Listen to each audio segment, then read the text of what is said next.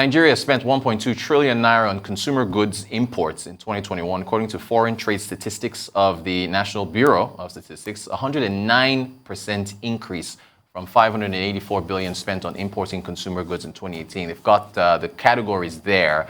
Durable goods, 269 billion, semi-durable, 144 billion, and non-durable goods, 808.6 billion naira. So joining us to discuss further, Abdulazeez Kuranga. He's a senior analyst with Cordros Capital Ltd. Abdulazeez, good morning to you. Thank you so much for joining us. Good morning, Rotus. Welcome to the show.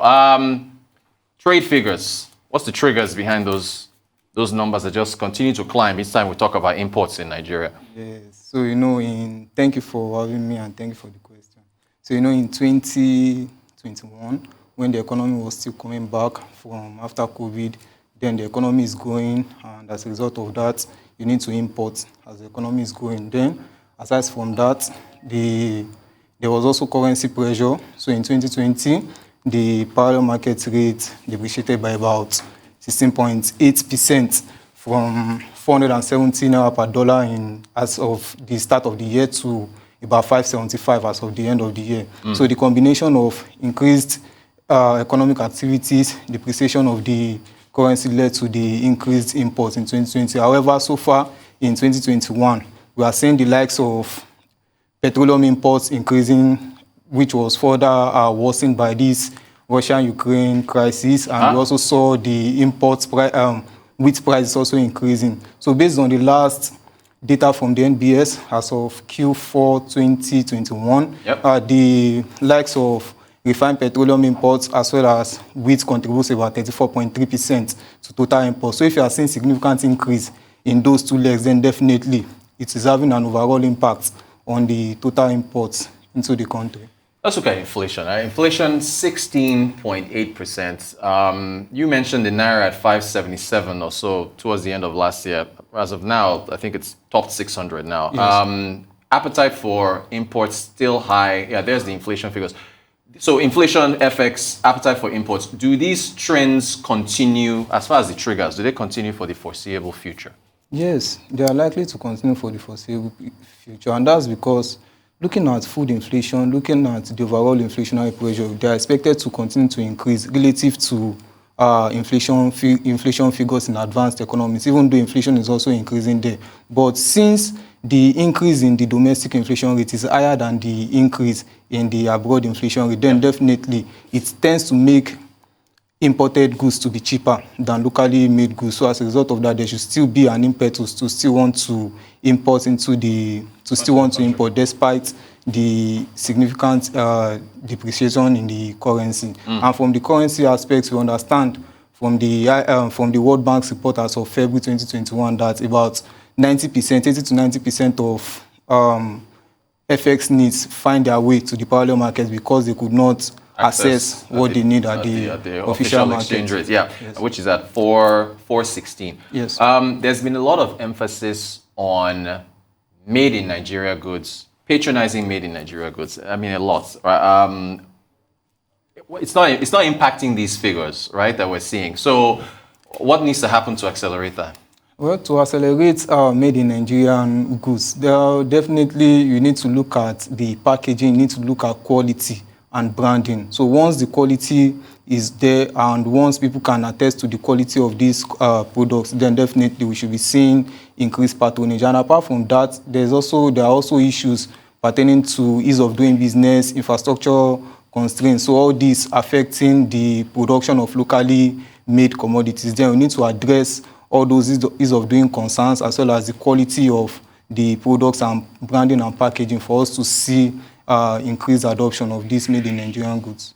All right. Let's move to the banks now with respect to the tightening of access to Forex as a result of what we're seeing, I guess, with the reserves. Yes. What do you make of that development? So for Forex, we need to look at it from demand and the supply perspective. So on the supply perspective, we understand majority of these inflows coming from CBN. We also have foreign investors. So but from the CBN's angle, you look at issues pertaining to low crude oil production. crude oil production at 1.4 million barrels per day as of Q1, which is the lowest since the NBA started keeping the current data series. Yep. And you look at it, this reduced crude oil production as well as the increased subsidy payments. Looking at 2021 alone, the government spent about 1.44 trillion naira on fuel subsidy, while only about 542 billion naira was remitted to the Federation account. So that means the amount that you spent on fuel subsidy was more than twice what you remitted to the Federation account. Taking it further into the current reality, as of the first 3 months of the year, about more than 600 billion naira has been spent on fuel subsidy, but yet nothing was remitted to the Federation account. So that lays credence to the fact that the higher import prices for petroleum products is significantly eating into the finances of the government. So as a result of that, we are not seeing the impact on the external reserve. As a matter of fact, as of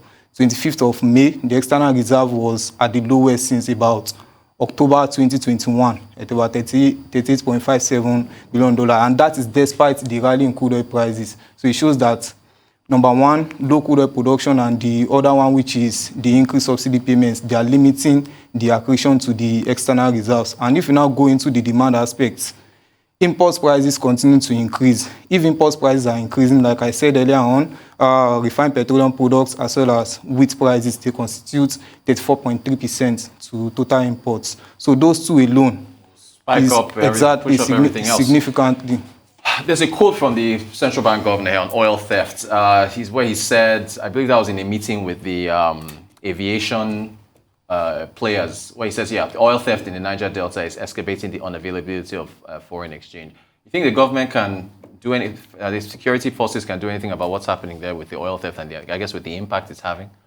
Yes, so on that, the security issues with oil theft, so we've seen significant increase, and one of the major factors that also lead to increased oil theft is whenever prices are increasing. So it tends to give them the urge to still at least to vandalize and the like, so as to take advantage of those prices. Then definitely you need to tighten securities, and you need to also improve surveillances in those areas, and as well as probably dialogue with the community members so as to stop this whole thing. Then we can actually see some improvements. Yes. MPC, you were one of the few analysts that hit the nail on the head that the MPC would raise the benchmark interest rate to 13.5. What's the impact on lending? Is that going to make lending more expensive? Yeah, there it is. So 13% from 11.5. Can you quickly tell us in about a minute or so about whether or not lending gets more expensive with the hike in the rate? So over time, what we've observed is that commercial banks, they tend to respond faster whenever there is an increase in MPR. As opposed to when? Exactly. As opposed to when they cut the rate. As opposed to when they cut the rate. Yeah. So definitely, since given this significant increase, 150 basis points increase, then definitely we're expecting to see increased lending rates. Gosh. But inflation is still at 16.82. MPAR is at 13%. Other climes, yes, the Ghanas, the Egypts, the South Africas of this world, everybody's hiking rates over. I mean, is very quickly. Okay, well, you know what? We've run out of time. This is a very hot topic, but we'll have you back to talk more about this. Abdulazeez Kuranga, Senior Analyst, Cordros Capital Ltd. Thank you so much for joining us. Appreciate your time.